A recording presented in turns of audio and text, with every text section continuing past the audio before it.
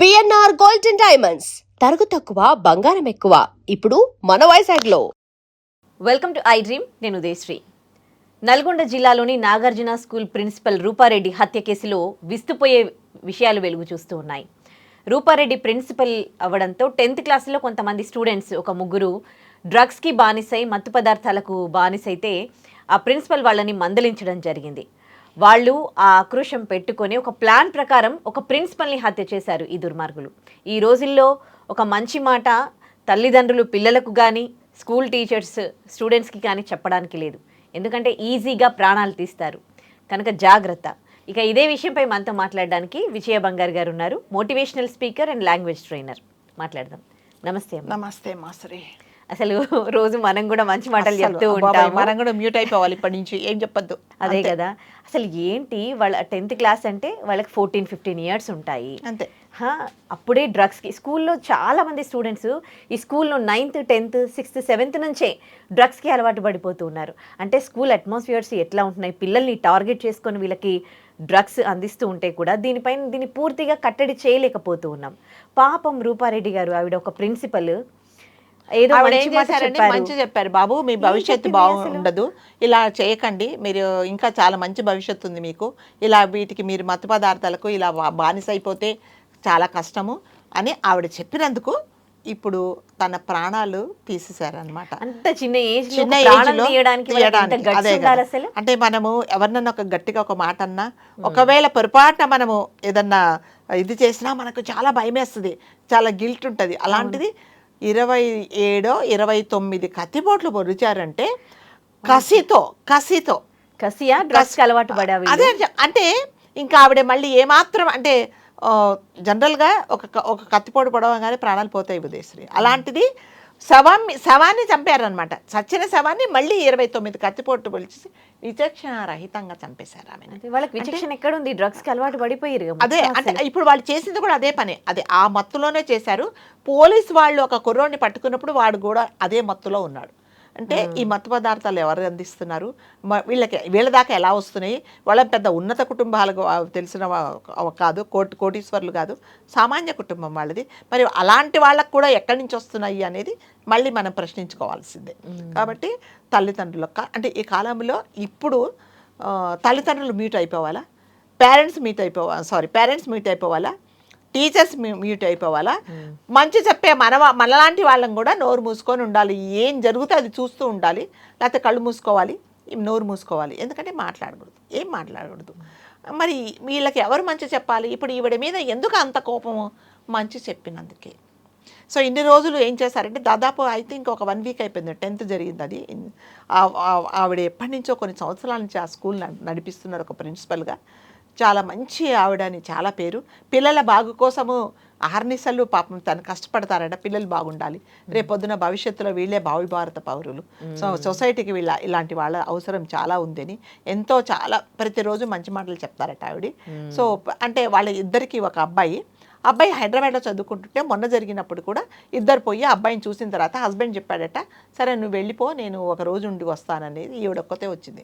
So ఇవన్నీ ఎందుకు చెప్తుంటే ఇవన్నీ ఈ పిల్లలందరూ ఈ 10th క్లాస్ పిల్లలు ఎవరైతే ఉన్నారో కక్ష పెంచుకున్నారో వాళ్ళందరూ అబ్జర్వ్ చేస్తున్నారు.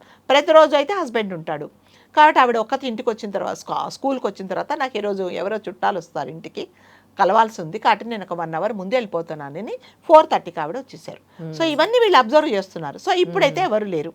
సో అంటే వీళ్ళు ఇలా చేస్తున్నప్పుడు ఆవిడ బెదిరించిందంట, వీళ్ళ మత్తు పదార్థాలు తీసుకుంటున్నప్పుడు మిస్బిహేవ్ చేస్తున్నప్పుడు మీకు ఎంతో భవిష్యత్తు ఉంది, మీరు ఇలాంటి పనులు చేయకూడదు, ఇంకొకసారి ఇలా నాకు కనిపించి ఇదిగోండి మీరు ఇప్పుడు చేసినవన్నీ నేను రికార్డ్ చేశాను, నా దగ్గర అన్నీ ఉన్నాయి అదంటే వీడియోస్, ఇంకొకసారి ఇలా చేస్తే మీ తల్లిదండ్రులకు చెప్పడం కానీ లేదా పోలీస్ కంప్లైంట్ ఇస్తానని ఆవిడ వార్నింగ్ ఇచ్చారు.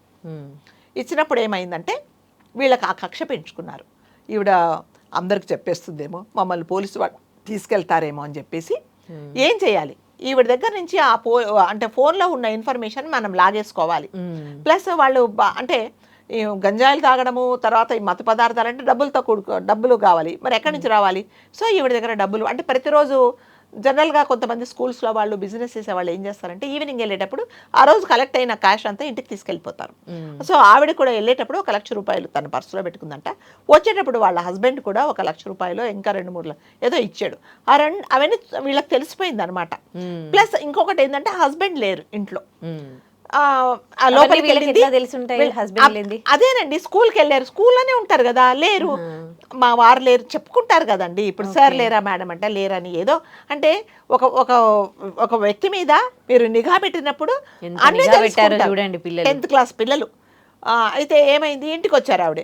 వాళ్ళు అంటే ముందు అవి ఉంటాయని చెప్పేసి, కెమెరాస్ ఉంటాయని చెప్పేసి వెనక ద్వారం గుండా అంటే వెనక వంటగది తెరిచి ఉంటే అందులోంచి వెళ్ళారు.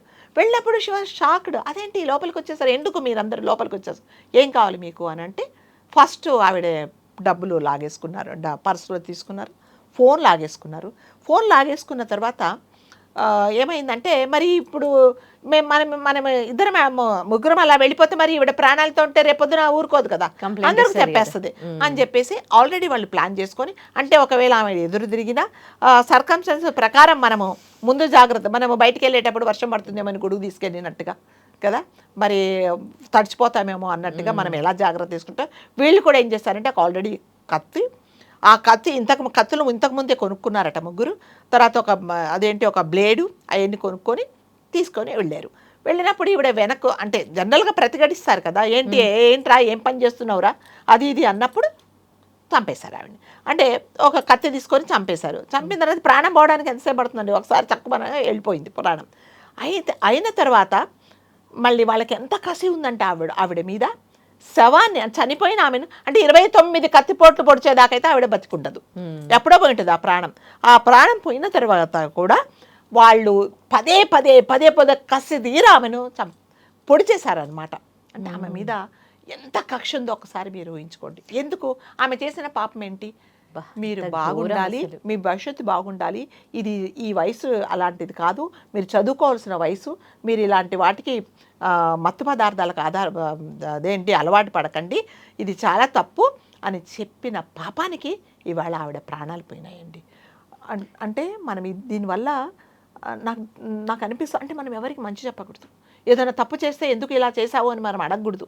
ఇలా చేయడం తప్పు, నీ భవిష్యత్తు పాడైపోతుందని చెప్పడము తల్లిదండ్రులకు కూడా సమస్య, పేరెంట్స్ అదేంటి టీచర్స్ కూడా సమస్య. ఈ ముగ్గురు పిల్లల తల్లిదండ్రులకి తెలియదంటారా? అంటే వీళ్ళు ఇంత మత్తులో ఇలాంటి మెంటాలిటీ వీళ్ళకి కాదండి. అంటే మామూలు ఉండే పిల్లలకి ఇలాంటి పనులు చేసే పిల్లల వ్యవహారం ఎప్పుడు తేడాగానే ఉంటుంది. ఇంట్లో తెలియకుండా ఉంటుందా, తెలుస్తుంది.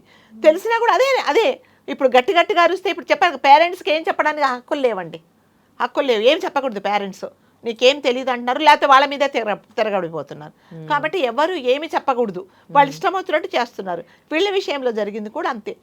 ఇప్పుడు ఆవిడ చెప్పిన పాపానికి అంత భయంకరంగా, అంత కిరాతకంగా అందరు అనుకున్నారు. మళ్ళీ వాళ్ళు గ్లౌజెస్ వేసుకొని వచ్చేసి ఆమెను చంపేసి ఆ గ్లౌజులు తీసుకెళ్ళి వాళ్ళు ఇంకా బట్టలు కూడా మార్చుకున్నారట. ఒక కాస్త దూరం వెళ్ళి గ్లౌజెస్ తీసుకెళ్ళి ఒక చోట పారేసి ఆవిడ బ్యాగు, ఆవిడ ఫోన్ తీసుకొని బట్టలు మార్చుకొని వేరే చోటికి వెళ్ళిపోయారు వాళ్ళు. అంటే ఇప్పుడు ఒకడే దొరికాడు, ఇంకా 2 దొరకలేదు. అంతా చూస్తే వాళ్ళ వయసు ఉదయశ్రీ 14 సంవత్సరాలు, 15 సంవత్సరాలు అంతే, ఏమీ లేదు. మనము అంటే పిల్లలు 14-12 సంవత్సరాల పిల్లల్ని మనము చాలా చంటి పిల్లల్లాగా చూస్తాం. వీడికి ఏం తెలియదండి, వీడికి ఏం తెలుసు చెప్పండి అని అనుకుంటాం. కానీ ఇప్పుడు మనం అనుకోవడానికి వీల్లేదేమో కాదు. ఒక విధంగా ఈ డ్రగ్స్ ముఠా సక్సెస్ అవుతుంది అనుకోవచ్చా? ఎందుకంటే నేటి బాలలే రేపటి పౌరులు అంటాం. ఇప్పుడు ఈ బాల్యంలో పిల్లల్ని ఇలా డ్రగ్స్కి దానికి ఎడిక్ట్ చేసి రేపు మొత్తం దేశమంతా నాశనం అయ్యేట్టు చేయడంలో డ్రగ్స్ ముఠా నిజంగానే సక్సెస్ అవుతుంది. అంటే ఎవరి ఎఫర్ట్స్ వాళ్ళు. ఇప్పుడు మనము దాన్ని అరికట్టడానికి మనం ఎంత ట్రై చేస్తున్నామో దాన్ని ఆ పిల్లలకు అంటే ఇట్లాంటి వాళ్ళ మీద రుద్దడానికి వాళ్ళు అంత ట్రై చేస్తున్నారు. సో మన ఎఫర్ట్స్ మనవి, వాళ్ళు చేసేది వాళ్ళు చేస్తున్నారు. కొన్ని స్కూల్స్ దగ్గర చాక్లెట్స్ రూపంలో పెట్టడము, తర్వాత ఇంకా కొన్ని కాలేజ్ పిల్లలు కూడా ఈ మధ్యకాలంలో స్మోక్ చేస్తున్నారు కదా, ఆ సిగరెట్లలో పెట్టి ఇవ్వడము, ఇవన్నీ చేస్తున్నారు అనమాట. కాదు, రూపారెడ్డి గారు కూడా వెంటనే ఈ పిల్లలు ఇలా డ్రగ్స్కి అడిక్ట్ అయిపోయినప్పుడు ఇంకా బాగుపడండి అని చెప్పడం బదులు వాళ్ళ పేరెంట్స్కి చెప్పుంటే బాగుండేదేమో అనిపిస్తుంది. అంటే టీచర్స్గా జనరల్గా అంటే ఎలా ఉంటుంది టీచర్స్ మెంటాలిటీ, ఫస్ట్ వాళ్ళు భయపెడతారు.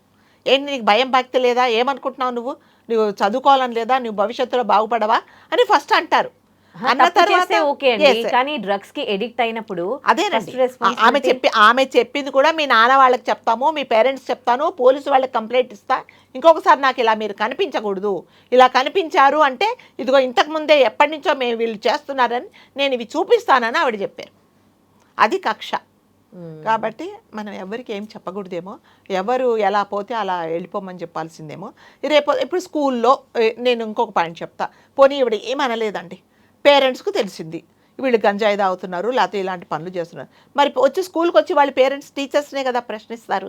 అదేంటండి మా పిల్లలు ఇలాంటి పనులు చేస్తున్నట్టు మాకు మొన్ననే తెలిసింది, మీరు స్కూల్లో మరి అంత మాత్రం చూసుకోరా, మత్తుతో ఉన్నప్పుడు మీరు కనీసం మీరు గుర్తుపట్టరా, మళ్ళీ టీచర్స్ని అడుగుతారు. కానీ ఈ ఇన్సిడెంట్ మనకి ఏం చెప్తోంది, స్కూల్ చుట్టుముట్టు కానీ ఈవెన్ పేరెంట్స్ కానీ ఎంత కేర్ఫుల్గా చాలా ఉండాలి. కేర్ఫుల్గా ఉండాలి, చాలా అంటే ఫస్ట్ ఆఫ్ ఆల్ పిల్లలు ఎలా తయారైపోతాయి ఉద్దిశ్రీ, టీచర్స్ అంటే ఒక గురువులు, మన భవిష్యత్తును తీర్చిదిద్దుతారు వీళ్ళు, ఏది చెప్పినా మన మంచి కోసము అనేది తీసుకోవట్లా.